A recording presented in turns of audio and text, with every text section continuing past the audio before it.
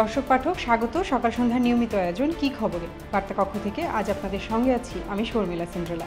জেনে নেব আলোচনায় থাকা খবরগুলো।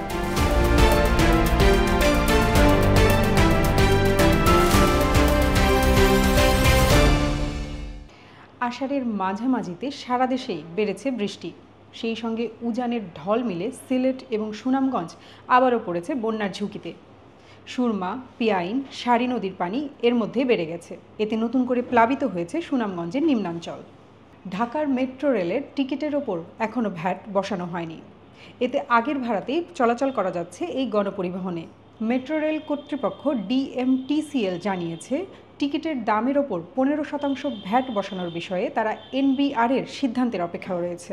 সর্বজনীন পেনশন ব্যবস্থার প্রত্যয় স্কিম বাতিল দাবিতে সর্বাত্মক কর্মবিরতি শুরু করেছে 35টি বিশ্ববিদ্যালয়ের শিক্ষকরা।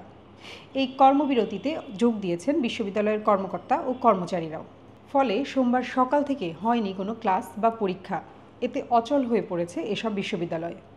বিষয়টির দিকে নজর রাখছিলেন আমাদের সহকর্মী অনিক রায়। কি খবরে যুক্ত হচ্ছেন তিনি? অনিক, আপনাকে স্বাগত। ধন্যবাদ। আচ্ছা, পাবলিক বিশ্ববিদ্যালয়গুলোতে আজ কি অবস্থা ছিল? কার্যত আজকে সারাদিনই পাবলিক বিশ্ববিদ্যালয়গুলো এক প্রকার অচল অবস্থায় ছিল। শিক্ষকরা আগে থেকেই তাদের যে কর্মসূচি, কর্মবিরতি, সর্বাত্মক কর্মবিরতি, সেটা ঘোষণা করেছিল রোববারই। সেটা অনুযায়ী আজকে সকাল থেকেই আসলে পাবলিক বিশ্ববিদ্যালয়গুলো অচল ছিল। আবার একই সাথে প্রত্যয় স্কিম বাতিলের দাবিতে আপনার কর্মকর্তারাও বিশ্ববিদ্যালয়ের কর্মকর্তারাও এখন কর্মবিরতিতে গিয়েছে। ফলে এক পর্যায়ে দেখা যায় যে নর্মালি শিক্ষকরা অনশন করলেও বা যে কোনো আন্দোলনের কর্মসূচি চালালেও দেখা যেত অফিসগুলো খোলা থাকতো, বিশ্ববিদ্যালয়ের রেজিস্ট্রার বিল্ডিংয়েরও নানান রকমের কাজ চলতো, সেই কাজগুলোও এখন লিটারেলি বন্ধ অবস্থায় রয়েছে। ফলে এক কথায় বলা যায় যে বিশ্ববিদ্যালয়গুলো আজকের দিনে আসলে পুরোপুরি অচল অবস্থায় রয়েছে। প্রত্যয় স্কিমের বিরোধিতা কেন করছেন বিশ্ববিদ্যালয়ের শিক্ষকরা? এই বছরের 13ই মার্চে যখন প্রথমবারের মতো ডিক্লেয়ার করা হয় যে স্বায়ত্তশাসিত প্রতিষ্ঠানের কর্মচারীরা বা কর্মকর্তারা তারা সবাই প্রত্যয় স্কিমের মধ্যে অন্তর্ভুক্ত হবে, তখন থেকে আসলে শিক্ষকরা এটার প্রতিবাদ জানিয়ে আসছিল। নানান ফরম্যাটে তারা তাদের প্রতিবাদ জানিয়েছে, নানান রকম কর্মসূচি তারা পালন করেছে। শিক্ষকদের বক্তব্য অনুযায়ী শিক্ষকরা বলছে যে এখন যেটা হয় যে কেউ যখন পেনশনে যায় তিনি একটি এককালীন অর্থ পান, কিন্তু দেখা যাচ্ছে প্রত্যয় স্কিমের কারণে তারা আসলে এককালীন কোনো অর্থ পাবেন না। বা দেখা যায় যে এই মুহূর্তে যেটা সরকারি হিসাব বলছে যে প্রত্যয় স্কিমে যদি যায় তাহলে কর্মকর্তারা তা প্রত্যেক মাসে পেনশন হিসেবে 1 লক্ষ টাকার উপরে তারা পাবেন। কিন্তু সেটা পাওয়ার জন্য তাদেরকে তাদের একটা বেতনের একটা অংশ চাঁদা হিসেবে আসলে কেটে নেওয়া হবে, এটা যেহেতু তারা পাবেন। কিন্তু বর্তমানে যে পেনশন ব্যবস্থাটি রয়েছে সেটাতে কোনো অর্থ কাটা না হওয়া সত্ত্বেও নানান রকমের সুযোগ সুবিধা যুক্ত করে সেটিও প্রায় মাসে 1 লাখ টাকার সম পর্যায়ে পৌঁছায় আর কি। ফলে সেই জায়গা থেকে শিক্ষকদের বক্তব্য হলো যে যদি বেতন কেটেই নেওয়া হয় তারপরও যেটা দেওয়া হবে সেটা তো আসলে সর্বোচ্চ না। প্রথমে যেটা ছিল যে আসলে আপনার যে পেনশনার, যিনি পেনশন পাচ্ছেন তার যে নমিনি বা মনোনীত ব্যক্তি, তিনিও আসলে তার মৃত্যুর পরে এই পেনশনটি পেতেন। কিন্তু এখন আর এই প্রত্যয় স্কিমে আসলে নতুন করে যদি তিনি মারা যান তাহলে তার নমিনি ব্যক্তি আর সেই পেনশনটি পাবেন না, এবং যিনি পাবেন তিনিও পাবেন আসলে 75 বছর পর্যন্ত। 75 বছরের পরে তিনি আর এই ব্যাপারে এই সংক্রান্ত কিছু পাবেন না।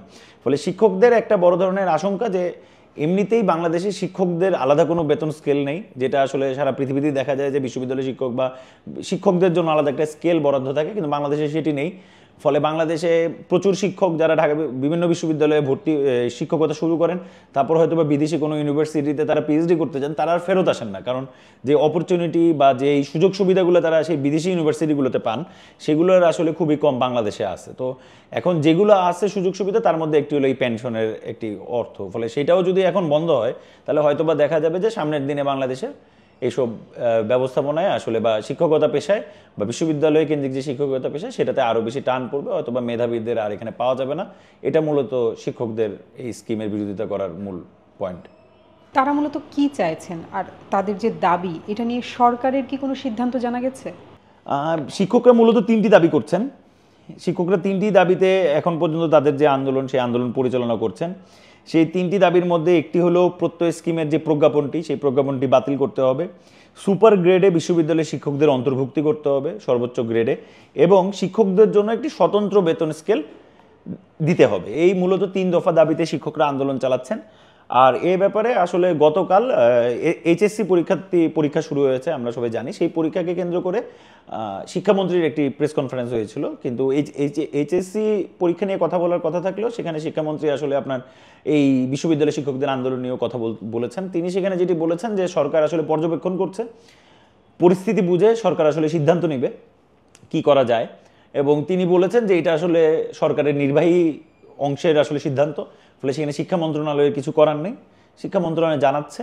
এবং তিনি বলেছেন যে সবারই আসলে আন্দোলন করার অধিকার আছে তার তার জায়গায়, তার তার স্বার্থ নিয়ে। সো এই আন্দোলনকে সরকারও খারাপ চোখে দেখছে না, কিন্তু সরকার নিশ্চয়ই পরিস্থিতি বুঝে বা পরিস্থিতি পর্যবেক্ষণ করে একটি সিদ্ধান্ত নেবে।